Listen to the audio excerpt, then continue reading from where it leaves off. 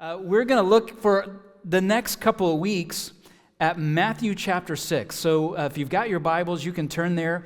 We're starting a new collection of talks tonight, just 2 weeks, called When You. You're going to think about these words now. You're going to hear them this week, and it's going to remind you of church. And that's a little bit of my goal. But what I really wanted to do is to remind you of what Jesus says. Jesus repeats these couple of words together in Matthew chapter 6 several different times over 3 particular subjects. But you've heard it before, or maybe you have used these words before. It's very kind. It's very empowering. You're trying to bring clarity to a situation without being too heavy-handed, without saying something that sounds like you're coming down on somebody. So it's just very casual. It's like, when you come over to my flat, please take your shoes off. I know that you're coming over, and I just want you to know, when you come, here's what's expected. Or maybe when you go on that hike or when you go on that drive, remember, here is the car park. This is where you're going to want to turn to be in the place where you want to be. It's really simple. I mean, maybe your parents used it when you were young, when you were a kid, trying to teach you how to do something ordinary or mundane, something that you would do over and over again. Just try to bring a little bit of clarity. When you brush your teeth, do it this way. We know that you're going to brush your teeth, so when you brush your teeth, here's how you do it. When you tie your shoelace, here is how you do it. Just an attempt to bring clarity over and over again. When you do this, remember that.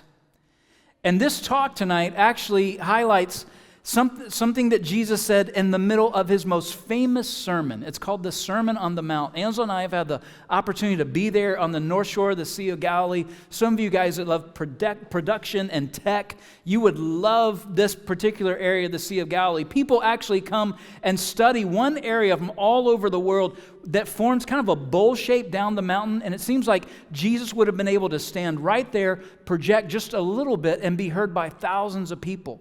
But we believe that he gave this message over and over and over again.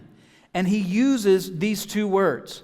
So there are the things that he's trying to clarify are giving, prayer, and fasting. These were things that were really every week rituals, every month rituals in the Jewish calendar. In first century Judea, it's something that everyone would have been doing. Everyone would have been familiar with these practices. And these things would have come to be just maintenance. They would have come to be routine, so that you would do them, you see them on the calendar, you know the day, you know the week, you know the time of the month, you know the hour, you know exactly what you're supposed to do. And it just kind of becomes ordinary. Does anything in your life just kind of become ordinary, automatic? And what Jesus is trying to bring a highlight to in this particular passage is the things that we do, the things that we've been doing that maybe feel ordinary, were actually not meant to be just normal religious practice, but they were meant to be moments of invitation where we could actually engage in a relationship with the God of the universe.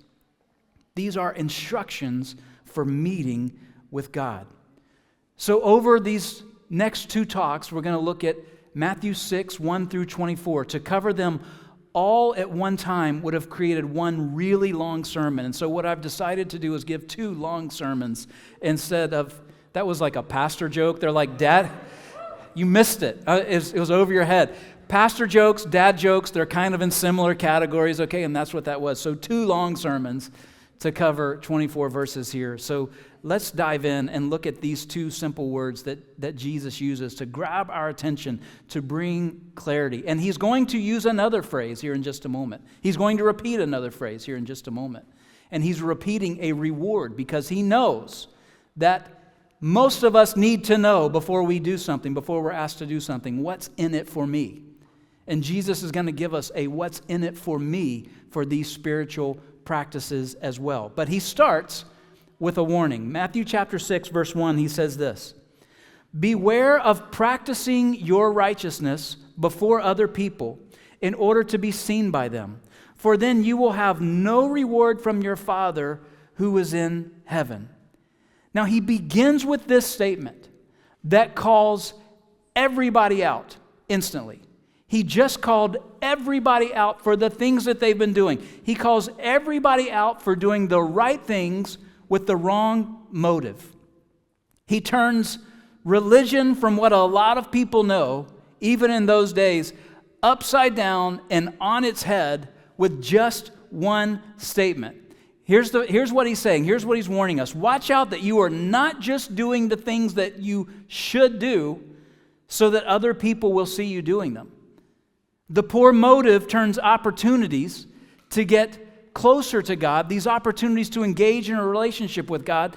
Your poor motive is making things mechanical to where you're not even thinking about the things that you're doing anymore. You had an opportunity to get closer to God, but instead it's turned into impersonal practice, and you're more concerned about being seen than anything else.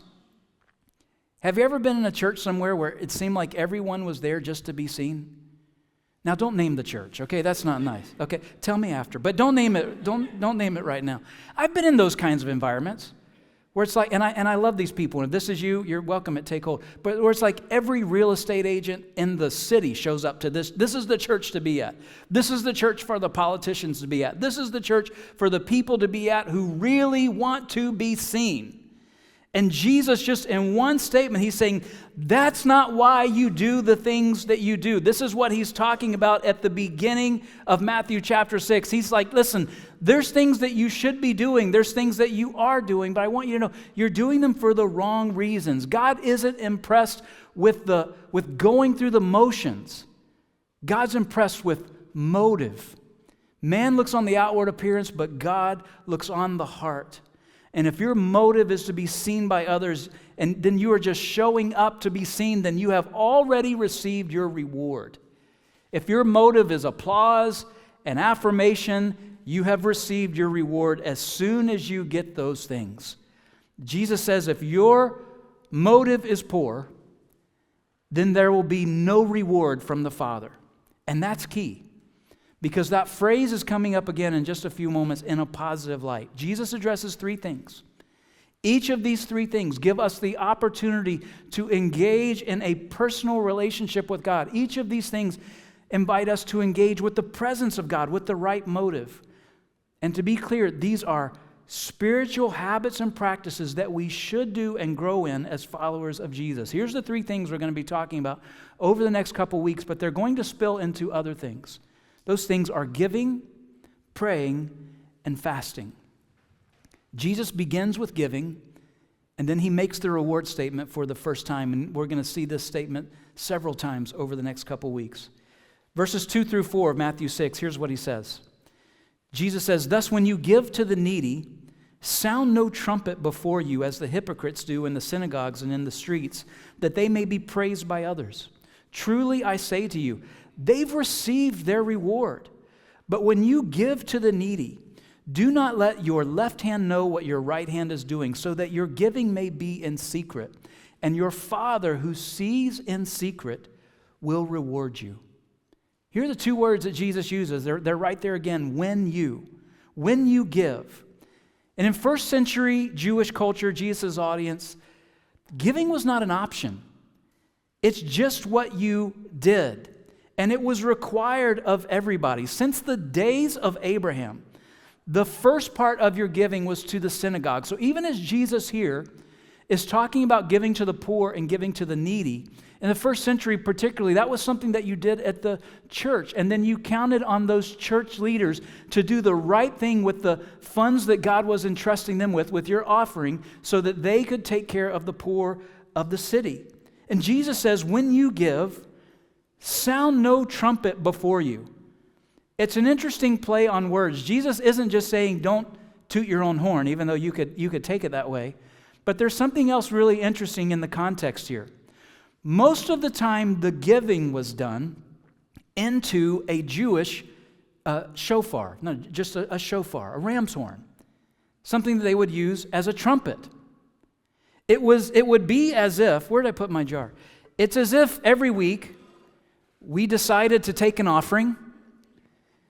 We started with a clean jar. And every one of you were to come up, you'd be required to give your offering. And you want to be one of the first because you want it to make that sound. Look what I've done. I just gave. Jesus says, sound no trumpet before you. Oh, but I got stuff to give, Jesus. Oh, I got more than that. Listen, just listen to the sound. Oh, see, we could worship to that. That's just amazing. This is what people were doing. In fact, Jesus, in another moment, in another description of offerings, he describes the Greco-Roman tradition of actually parading your offerings up to people. And they were making a big show of, look how much we are giving. And Jesus, in that moment, points out a widow who's giving everything that she has by giving just 2 coins. But for these people, the more you gave, the more you could make the trumpet sound. Some people, they just love that sound. They put their coins into the shofar, and then they just look around and make sure everybody sees the sound that they have made. And a culture obsessed with honor and reputation, giving became less about the poor, less about worship, and more about your image. But here's the truth.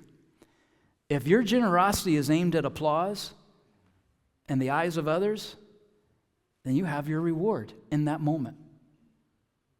I was raised in a Baptist church in the U.S., several Baptist churches. I went back and forth between some. My parents were divorced, so I had mom's church, dad's church, other churches, special services, all the things. Can you tell the pastor I went to a lot of church.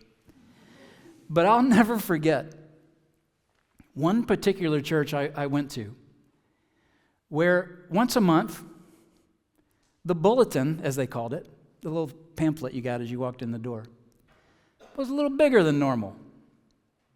And I kid you not, they listed the previous month's gifts with the givers' names in that pamphlet.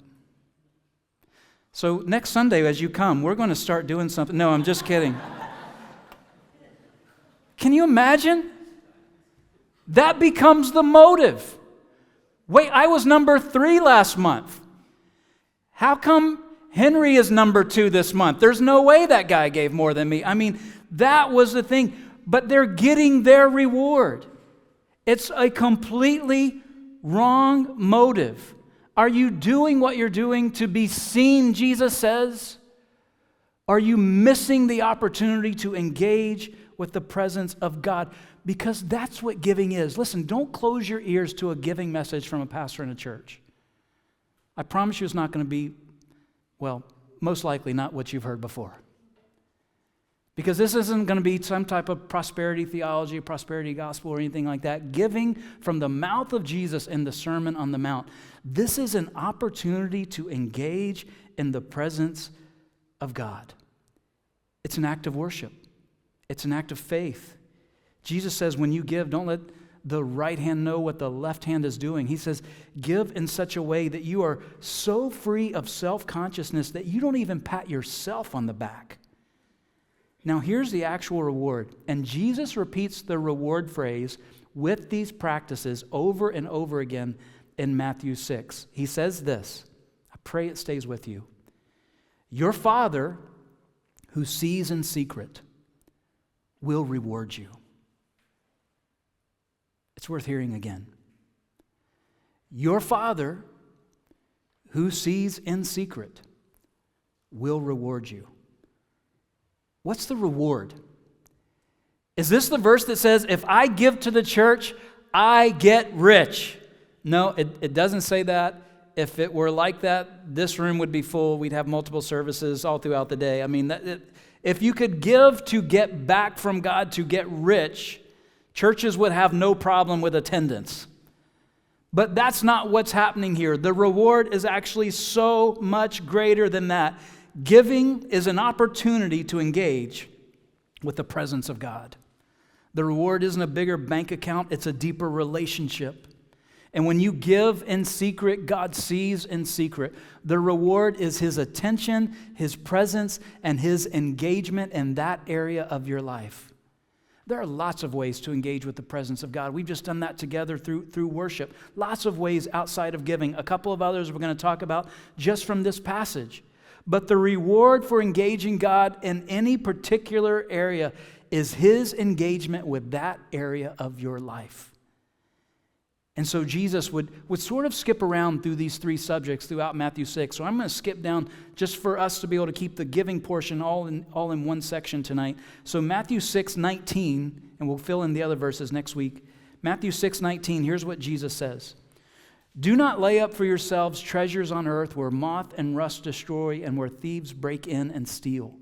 But lay up for yourselves treasures in heaven, where neither moth nor rust destroys and where thieves do not break in and steal. For where your treasure is, there your heart will be also. Everything you collect on earth will stay on earth. Everything you collect on earth, the things of earth are actually attacking the things that you collect on earth. We moved to Edinburgh, and there was something that I had never experienced before. How many of you have these little bags that you hang in your closet that collect the invisible water from the air? I've never had to do this in my life. This is like a miracle. I feel like this is like amazing hydration. But no, what it's doing, it's rescuing my clothes.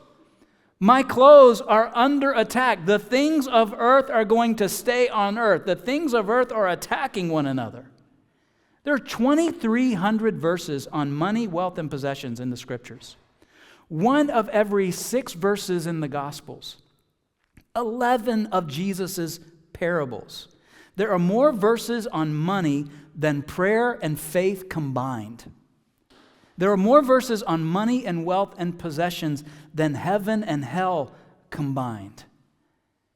I would be a lousy shepherd of this flock, caring for this congregation, if we didn't point out what Jesus says about this. But why does the Bible talk so much about wealth and money and possessions? Is it because God needs us to give? No. It's because everyone has something. Everyone deals with money. Everyone has possessions. You may not feel like you have that much, and you might be right. You may feel like you have a whole lot, and you might be right. But the point is, it doesn't matter how much you have. It matters the motive with what you do with it, the stewardship of it. And then Jesus makes a statement just in those couple of verses that could be the headline over wealth and money and possessions for all of us, for all of our lives. In fact, it should be the headline as you think about these things in your life. And here it is. For where your treasure is, there your heart will be also. Let that be the headline over your bank account, over your closet, over everything that you own, because you don't really own it.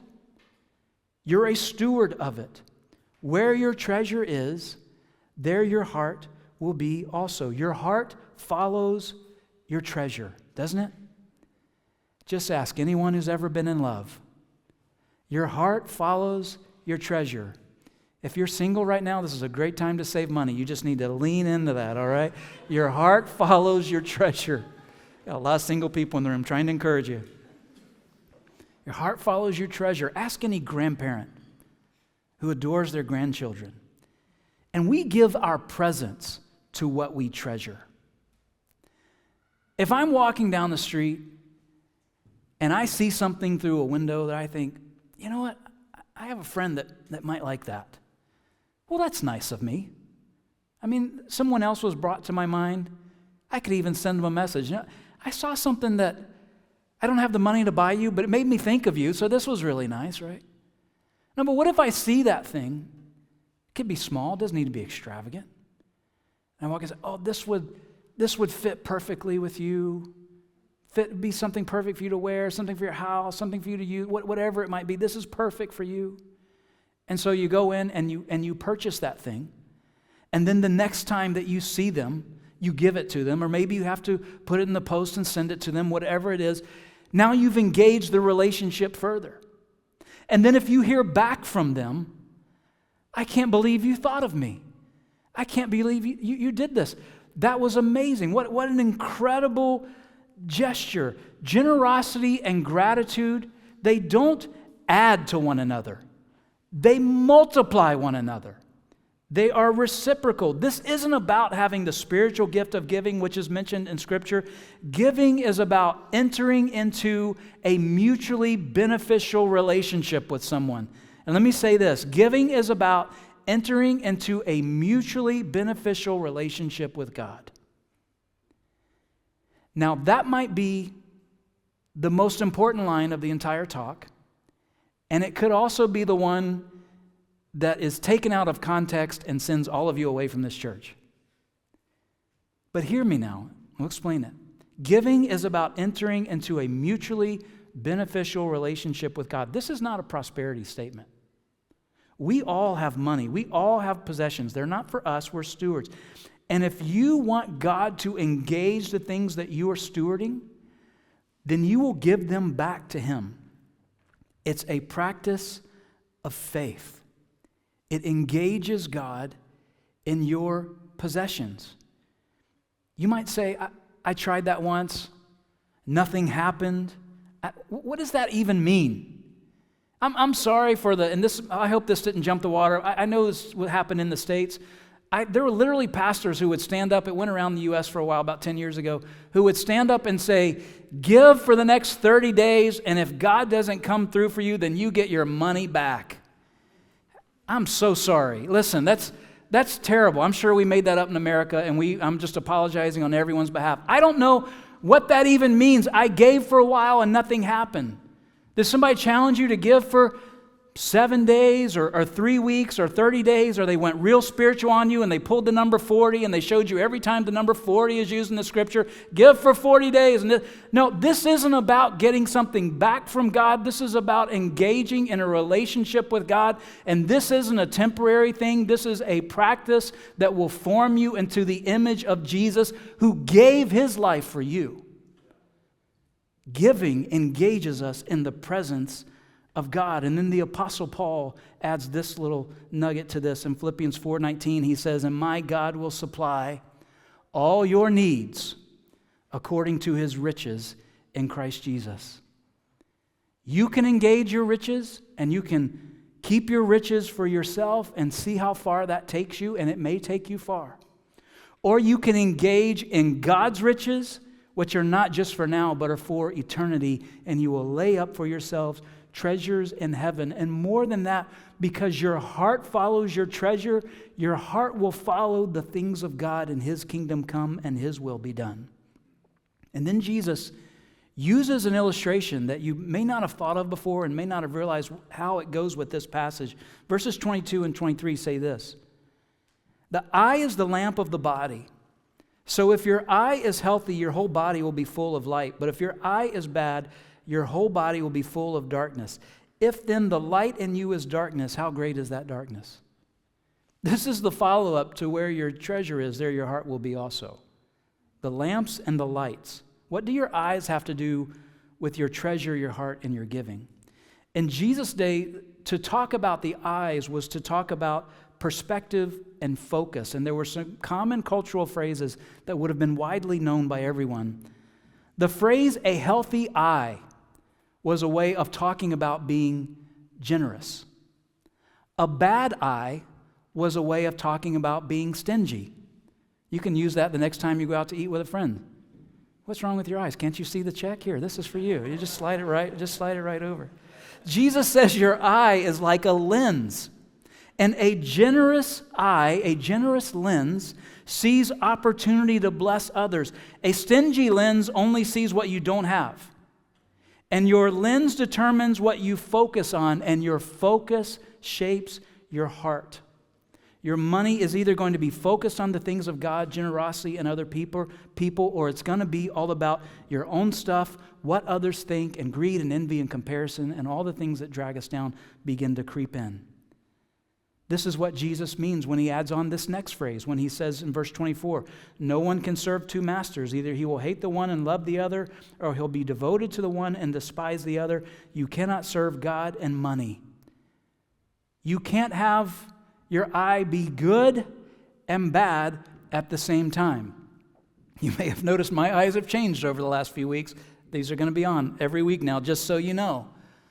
You can't have good eyes and bad eyes at the same time. You can't be generous and greedy at the same time. Your focus determines your treasure, and your treasure directs your heart, and your heart will always follow your investment of your time, your money, and your attention. In another giving of this same message, which Jesus seemed to have given a lot, the content of the Sermon on the Mount, Luke heard it, and in Luke chapter 6, verse 38, this is also a Sermon on the Mount, Jesus says this, "Give, and it will be given to you. Good measure, pressed down, shaken together, running over, will be put into your lap. For with the measure you use, it will be measured back to you." Jesus is drawing an illustration from the local grain markets. Everyone would go, and you can imagine this in a market that you would go to, but imagine going, you've got to buy grain for the farm, and there would be the scoop that the person in the market would use. They would scoop into the bag of grain, and then they would pour it into your bag, or maybe they would pour it into your apron or whatever it might be. And you would watch as they poured, because they have a decision to make. They can scoop in and then do that thing where you just wipe off and level the top and just make sure you're just getting what you paid for. Or they could put the scoop in and they could tap, tap, tap, tap, tap. Have all the air like get out of that thing a little bit and have the grain lower. And then they could put some more in and fill it up again. And then they could tap, tap, tap. Have it lower, fill some more, put it in. Just, you know what, let's just make sure you get enough. Let's just make sure you got what you paid for. And Jesus says this, you go to the market, who are you going to go to? Are you going to go to the one who's giving you the least amount, or are you going to give the one that's heaping on you in abundance? And Jesus is saying, God will heap on you with abundance as you give. This is how He gives back to you. You won't even be able to measure it or quantify it. Pressed down, shaken together, running over. That's God's response when we engage Him in giving, when we engage Him in generosity. There's this tradition that would happen at the Sabbath. In practicing Jewish homes, this has happened now for a few hundred years. I don't know exactly when it started. But the Sabbath begins Friday at sundown, and it goes to Saturday at sundown. And you want to have a moment. You want to have a moment where we're saying, we're done working, and now we're starting to rest. Rhythm of rest, rhythm of work. And so what you would do is you would take a bottle of wine, and you would just pour it. You've lit a candle, you've let some spices go, and you would just pour it. Well, that's not Sabbath. That's not God. Is that glass half full, half empty? Doesn't matter. It's not what we're doing right now.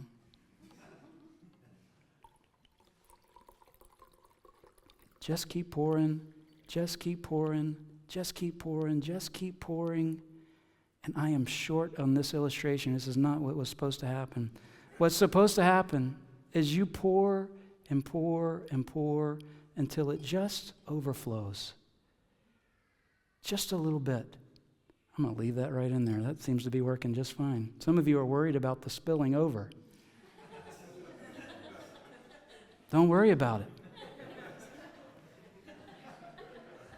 A lot of you are worried about the spilling over.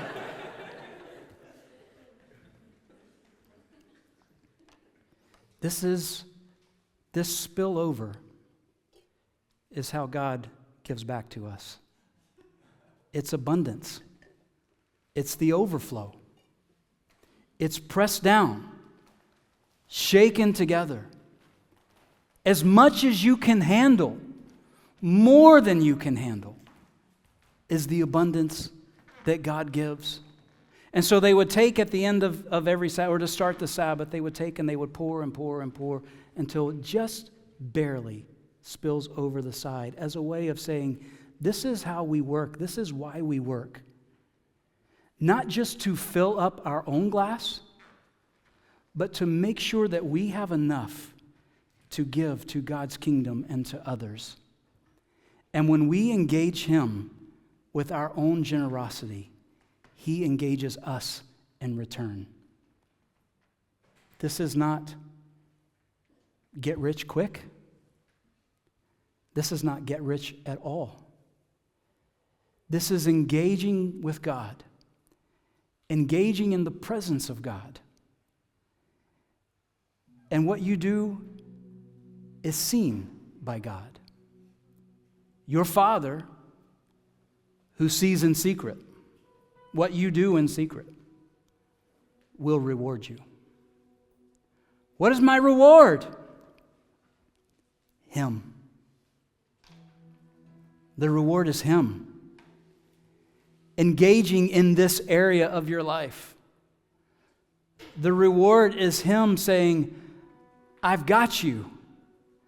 I will supply all of your needs according to my riches, which is way better than yours. And I will shower you with abundance. Do you remember when Jesus said, I've came to give you life and life in superabundance. Life to the full and then some. That's what God wants for you. This is why we give. Not to get rich, but to know His abundance in our relationship with Him. Would you bow your heads with me?